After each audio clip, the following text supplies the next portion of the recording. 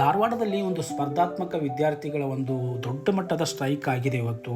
ಇದೇ ರೀತಿ ಒಂದು ಲಾಸ್ಟ್ 6 ಮಂತ್ ಬ್ಯಾಕ್ ಒಂದು ಧಾರವಾಡದಲ್ಲಿ ಒಂದು ಸ್ಟ್ರೈಕ್ ಆಗಿತ್ತು.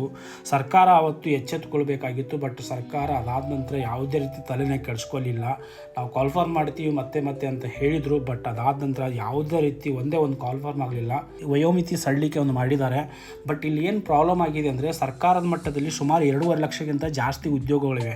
ಆದರೂ ಕೂಡ ಸರ್ಕಾರ ಯಾವುದೇ ರೀತಿ ಒಂದೇ ಒಂದು ಕಾಲ್ಫಾರ್ಮ್ಗೆ ಒಂದು ನೋಟಿಫಿಕೇಶನ್ ಬಿಡ್ತಾ ಇಲ್ಲ.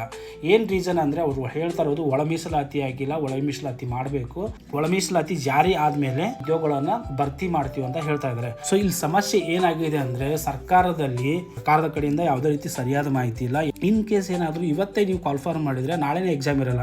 ಅದಕ್ಕೆ ಒಂದು 2 ರಿಂದ 3 ತಿಂಗಳು ಟೈಮ್ ಇರುತ್ತೆ. ಅಟ್ಲೀಸ್ಟ್ ಇವಾಗ ನೀವು ಕಾಲ್ಫಾರ್ಮ್ ಮಾಡಿ ನೋಟಿಫಿಕೇಶನ್ ಬಿಟ್ಬಿಡಿ. ನೋಟಿಫಿಕೇಶನ್ ಮಾಡಿ ಅದಾದ ನಂತರ ಟೈಮ್ ಇರುತ್ತೆ. ಅಷ್ಟರಲ್ಲಿ ಒಳ ಮೀಸಲಾತಿಗೆ ಅದ್ರ ಒಂದು ಅಂತಿಮ ಘಟ್ಟಕ್ಕೆ ಬರುತ್ತೆ. ಅದಾದ ನಂತರ ಎಕ್ಸಾಮ್ಸ್ ಬರೀಬಹುದಲ್ಲ ಅನ್ನೋದು ಒಂದು ಆಶಾಭಾವನೆ ಎಲ್ಲ ವಿದ್ಯಾರ್ಥಿಗಳಿದೆ.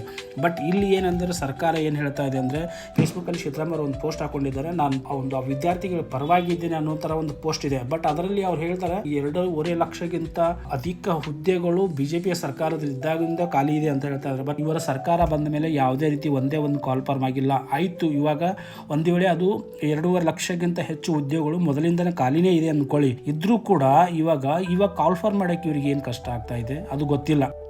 ಇದೇ ರೀತಿ ಮುಂದುವರೆದ್ರೆ ವಿದ್ಯಾರ್ಥಿಗಳು ತುಂಬಾ ಕಷ್ಟಪಡಬೇಕಾಗುತ್ತೆ.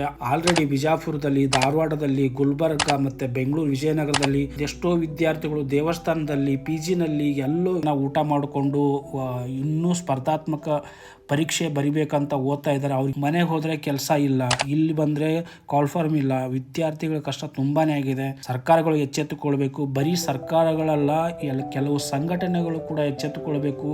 ಬರೀ ವಿದ್ಯಾರ್ಥಿ ಸಂಘಟನೆ ಮಾತ್ರ ಅಲ್ಲ ಇದಕ್ಕೆ ಸಪೋರ್ಟ್ ಮಾಡಬೇಕಾಗಿರೋದು. ಕನ್ನಡ ಪರ ಸಂಘಟನೆ ಆಗಿರ್ಬೋದು, ಹಿಂದೂ ಪರ ಸಂಘಟನೆ, ದಲಿತ ಪರ ಸಂಘಟನೆ ಆಗಿರ್ಬೋದು, ಇನ್ನೂ ಮುಂತಾದ ಯಾವ್ಯಾವ ಸಂಘಟನೆಗಳಿದೆಯಲ್ಲ ಎಲ್ಲರೂ ಕೂಡ ಇದಕ್ಕೆ ಸಪೋರ್ಟ್ ಮಾಡಬೇಕು. ಯಾಕಂದರೆ ನಿಮ್ಮ ಮಕ್ಕಳು, ನಿಮ್ಮ ಅಣ್ಣ ತಮ್ಮಂದಿರು ಯಾರಾದರೂ ಅಲ್ಲಿ ಇದ್ದೇ ಇರ್ತಾರೆ. ಅವರು ಕೂಡ ಉದ್ಯೋಗಾಕಾಂಕ್ಷಿಗಳು ಆಗಿರ್ಬೋದಲ್ಲ. ನೀವು ಹೋರಾಟ ಕೇವಲ ನಿಮ್ಮದು ಜನಪರ ಹೋರಾಟ ಆಗಿರಿದ್ರೆ ಇದರಲ್ಲಿ ನೀವು ಖಂಡಿತವಾಗ್ಲೂ ಇದಕ್ಕೆ ಸಪೋರ್ಟ್ ಮಾಡಲೇಬೇಕು. ಎಲ್ಲರೂ ಕೂಡ ಸಪೋರ್ಟ್ ಮಾಡಿ. ಅಲ್ಲಿ ಕಷ್ಟಪಡ್ತಾರವರು ಯಾವುದೋ ಶ್ರೀಮಂತ ವ್ಯಕ್ತಿಗಳ ಮಕ್ಕಳಲ್ಲ, ಯಾವುದೋ ದೊಡ್ಡ ಬಿಸ್ನೆಸ್ ಮ್ಯಾನ್ ಮಕ್ಕಳಲ್ಲ.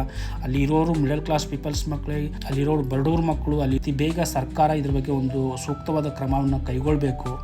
ಇದೇ ರೀತಿ ಬೆಸ್ಟ್ ಕಂಟೆಂಟ್ಗಾಗಿ ನಮ್ಮ ಪೇಜ್ನ ಫಾಲೋ ಮಾಡಿ, ಸಬ್ಸ್ಕ್ರೈಬ್ ಮಾಡ್ಕೊಳ್ಳಿ. ಮತ್ತೆ ಮುಂದಿನ ವಿಡಿಯೋದಲ್ಲಿ ಸಿಗೋಣ. ಅಲ್ಲಿವರೆಗೂ ಟೇಕ್ ಕೇರ್.